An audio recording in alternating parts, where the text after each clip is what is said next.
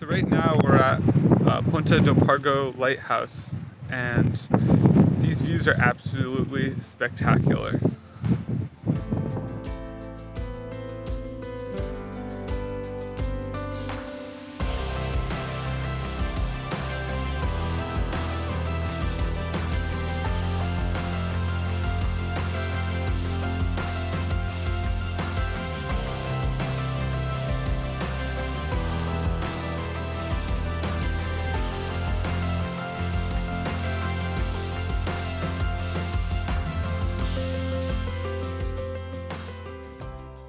Now we're about to leave the lighthouse in Ponta do Pargo, and now we're about to head up north to Porto Moniz, and then head on the northern coast towards São Vicente.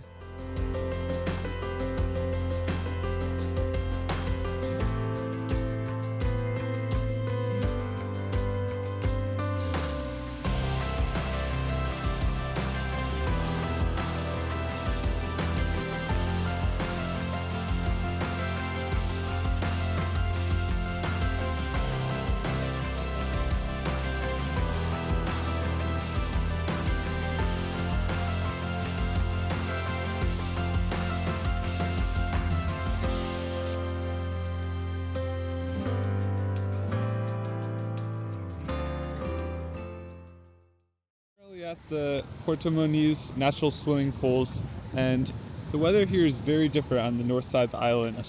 It's very much, it's much windier and cooler. There's a lot more clouds, and the biggest difference are the waves. The waves are crazy here, and they splash up high into the natural swimming pool.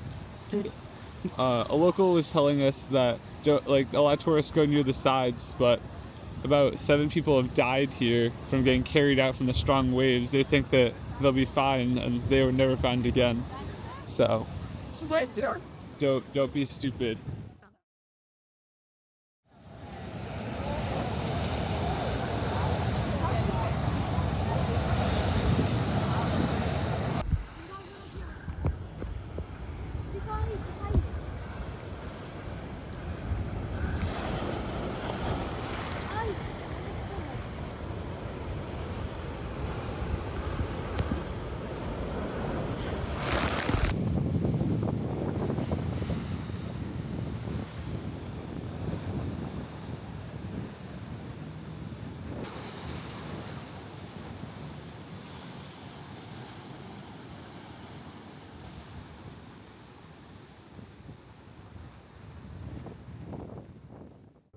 I would highly recommend this stop if you're driving through the north side of Madeira.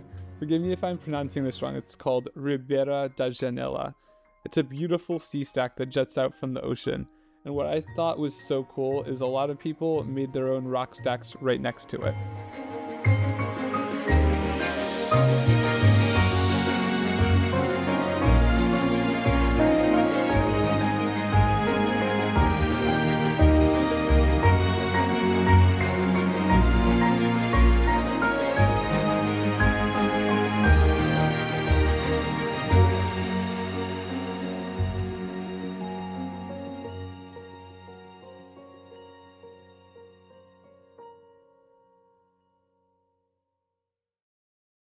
For lunch, we were eating at Praia da Laje.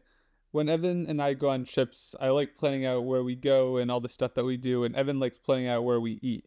He picked an amazing spot. It's right on the way from Porto Moniz to Seixal. The food was phenomenal, and the views are breathtaking. Evan got the robalo with fries and a side salad. He also got the poncha, which is a very common drink in Madeira. Poncha is a sweet alcoholic drink that has aguardiente de cana, which is similar to rum, and then it has honey, orange juice, and lemon juice, and it tastes great. It's just super sweet and super strong.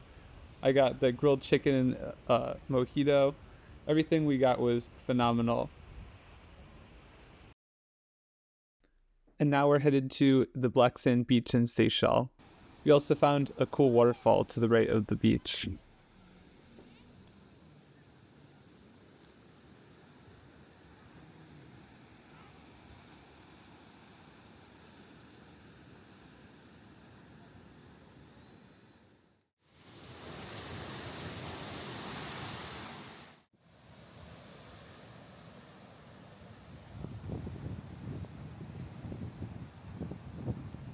This is the natural swimming pool in Seixal. This is a less touristy alternative to the Porto Moniz swimming pools.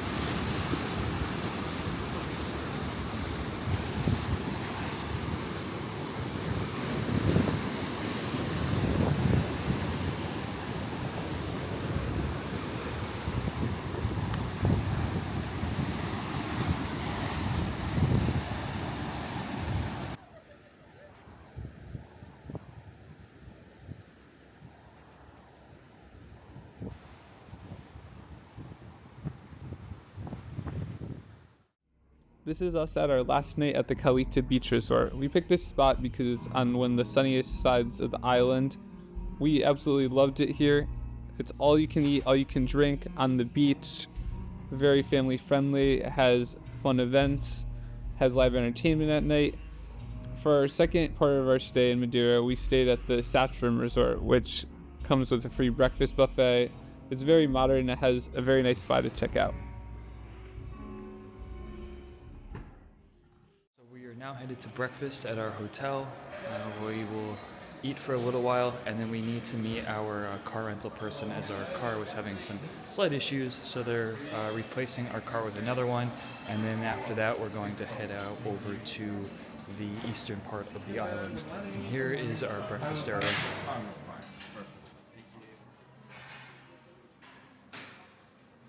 A little omelet bar action.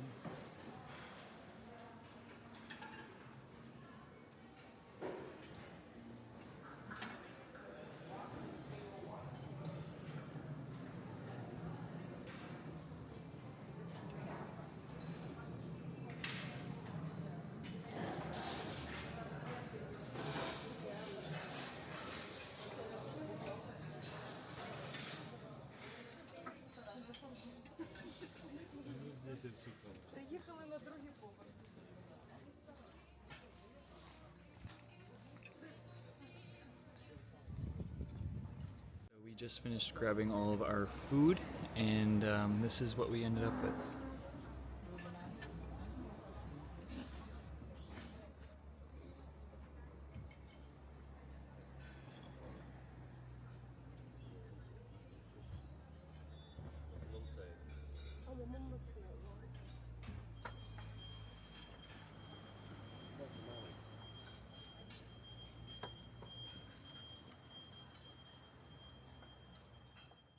So we just exchanged our rental car with New Nose, which is our rental car place that we're using. And now we're on our way to the eastern side of the island today.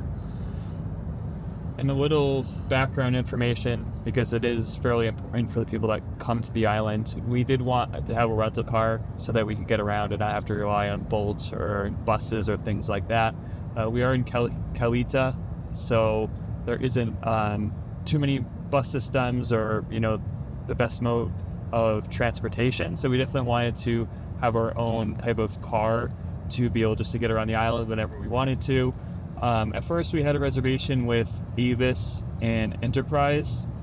We had a reservation with each just to see if we get the cheaper rate. However, about a week or so before our trip, I was looking into rental cars a bit more through Facebook and Reddit, and a lot of people were recommending that it's cheaper and better to go with a local rental car company. One other thing we wanted to note is Madeira has so many tunnels that you drive through. Like, I'd say half of our drive from Funchal to Calheta, which is on the western side of the island, is just tunnels.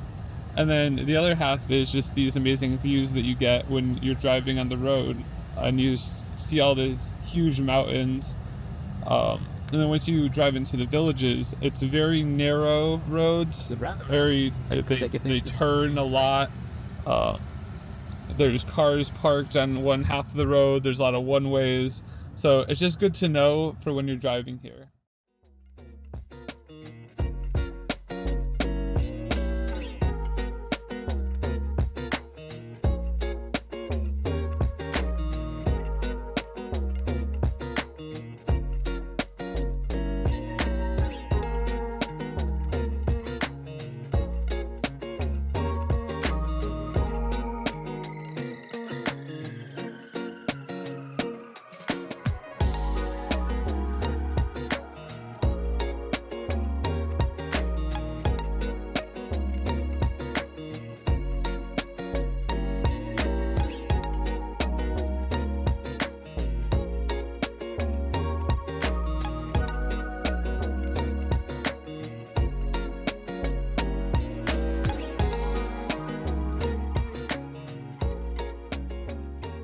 So we're currently on the eastern part of the island, and we're doing the Dragon's Tail, as I believe it's sometimes called.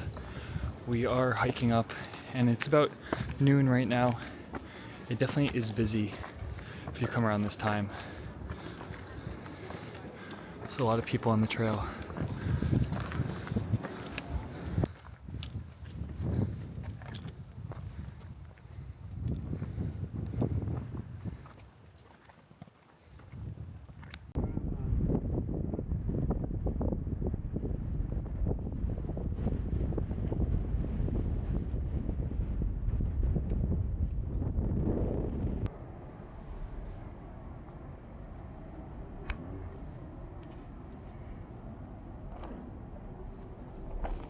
So we're pretty much towards the end of the Dragon Tail now, and there's a really cool restaurant that's really kind of just at the tail end of this hiking path. I compare it to like an oasis in a desert because it's pretty lush and green around this area where everything else is pretty arid.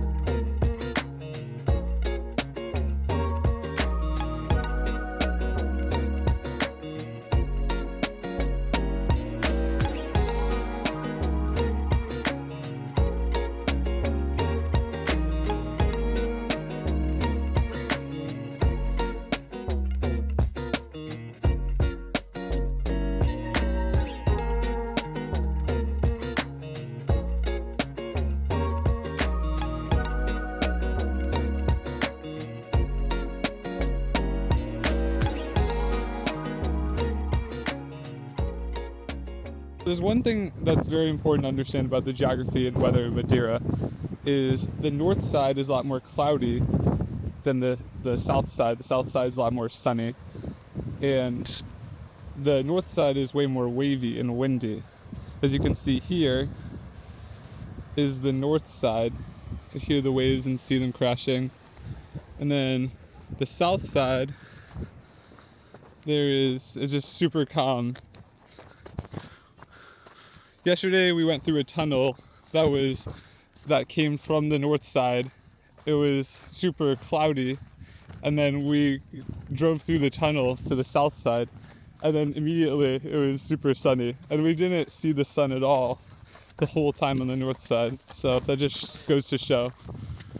Another big distinction is the east side of the island is a lot more dry than the west side. As you can see, this is all super dry, red and brown and yellow rock because we're on the east side. And yesterday we were on the west side, and it was much more lush and misty. Phenol forest is also on the west side, where it's always misty, almost always misty. Porto Moniz is usually very cloudy and misty as well. So that's usually the distinction. We're staying in Calheta, which is on the southwest side, which there is always sunny. That acts more as the south side more. for weather. Some of the best weather on the whole islands in Calheta.